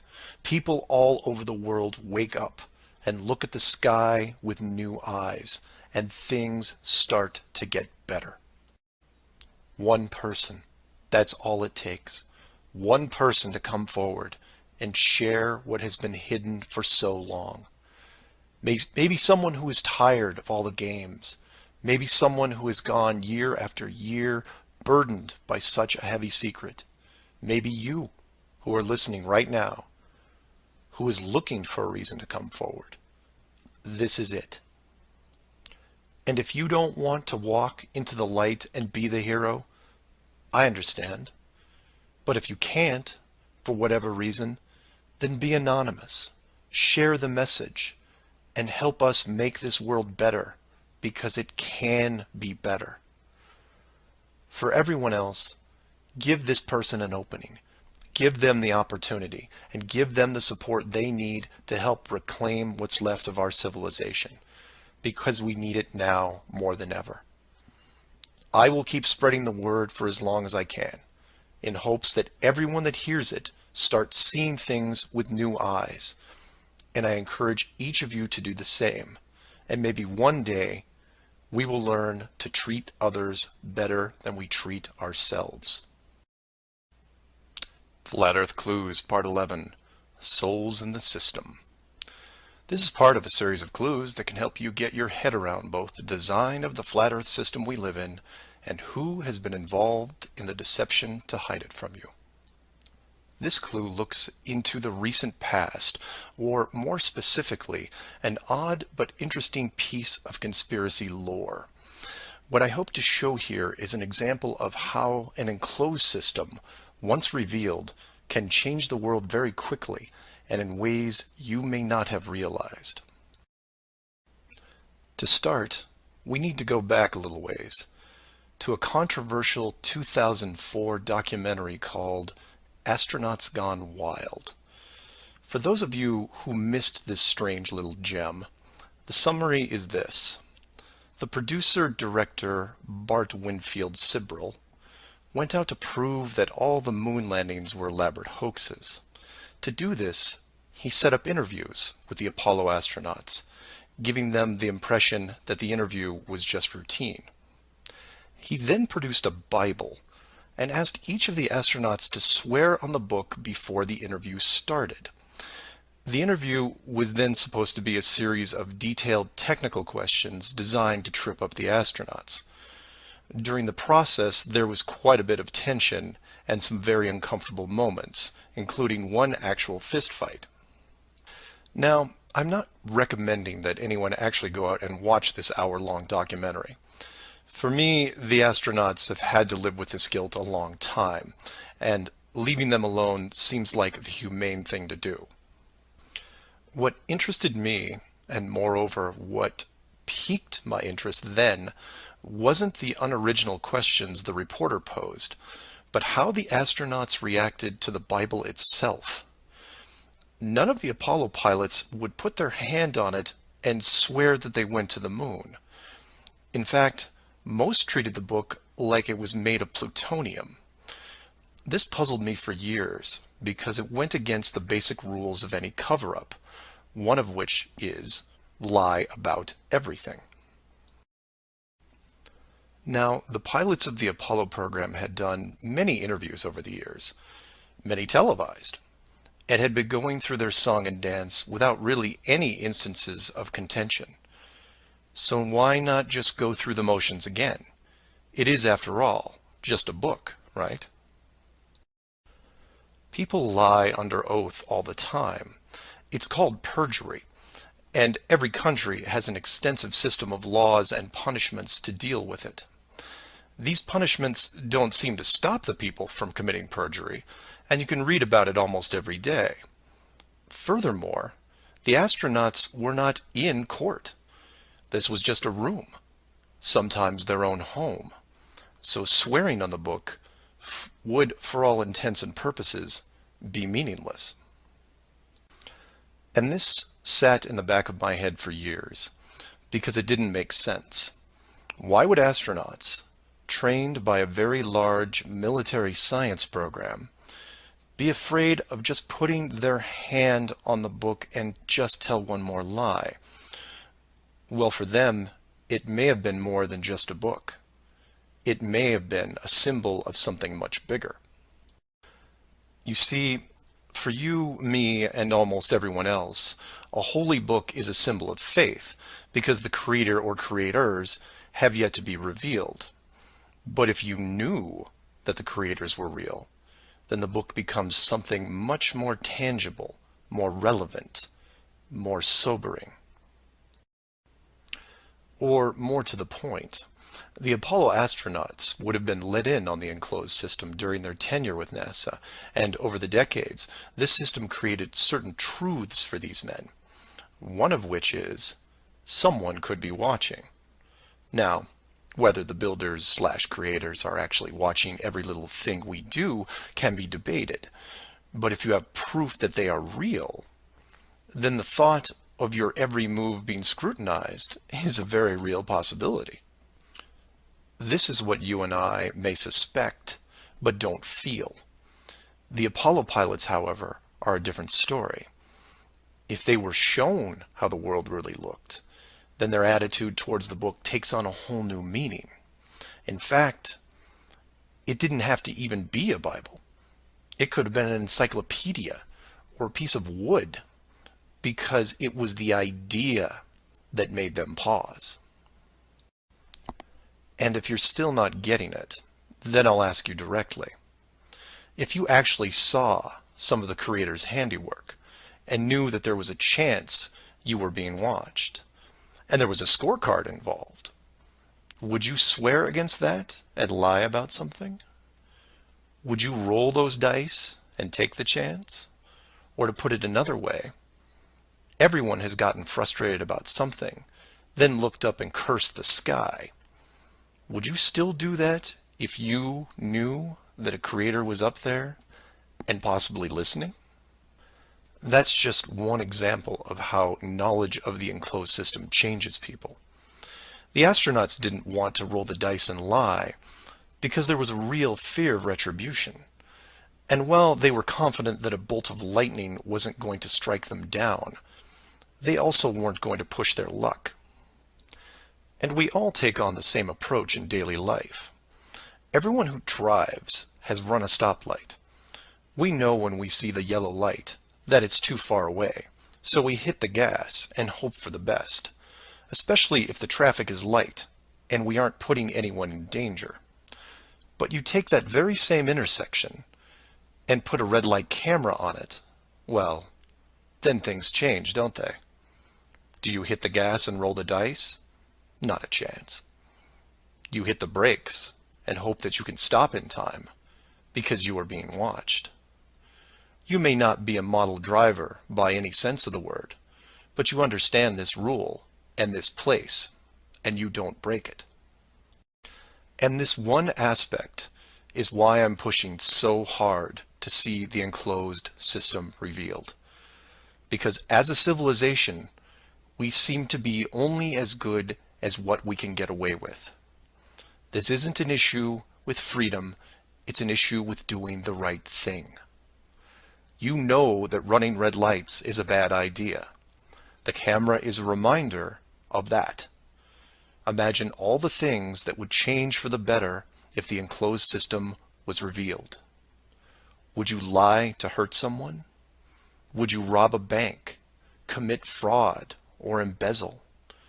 Would you steal anything unless your life depended on it? And while people would still get angry and fight, would they maim each other? Would they kill? Would anyone knowingly commit murder? Would you bully or extort people for profit? In fact, knowing that the world was created, would you do anything malicious towards anyone? If the world is not a globe, but instead enclosed, then wars end. Hate crimes end. Maybe not overnight, but quickly. Because you may be, for the first time in your life, actually accountable for your actions.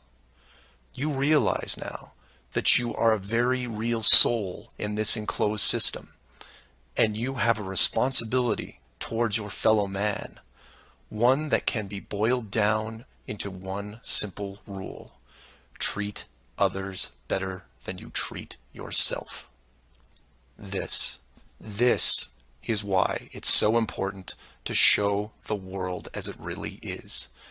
This is why I am asking the authority itself to open the door and let this secret come through. You've kept this hidden for too long, and the people who live here with you have been through enough. This isn't about money or power anymore. It's about our very souls, the essence of who we are. Wealth and titles don't define your heart. Hiding the entire world may have seemed like a good idea at the time, but we have gone way beyond that. Have you actually seen our home recently? This needs to be fixed, and it needs to be now.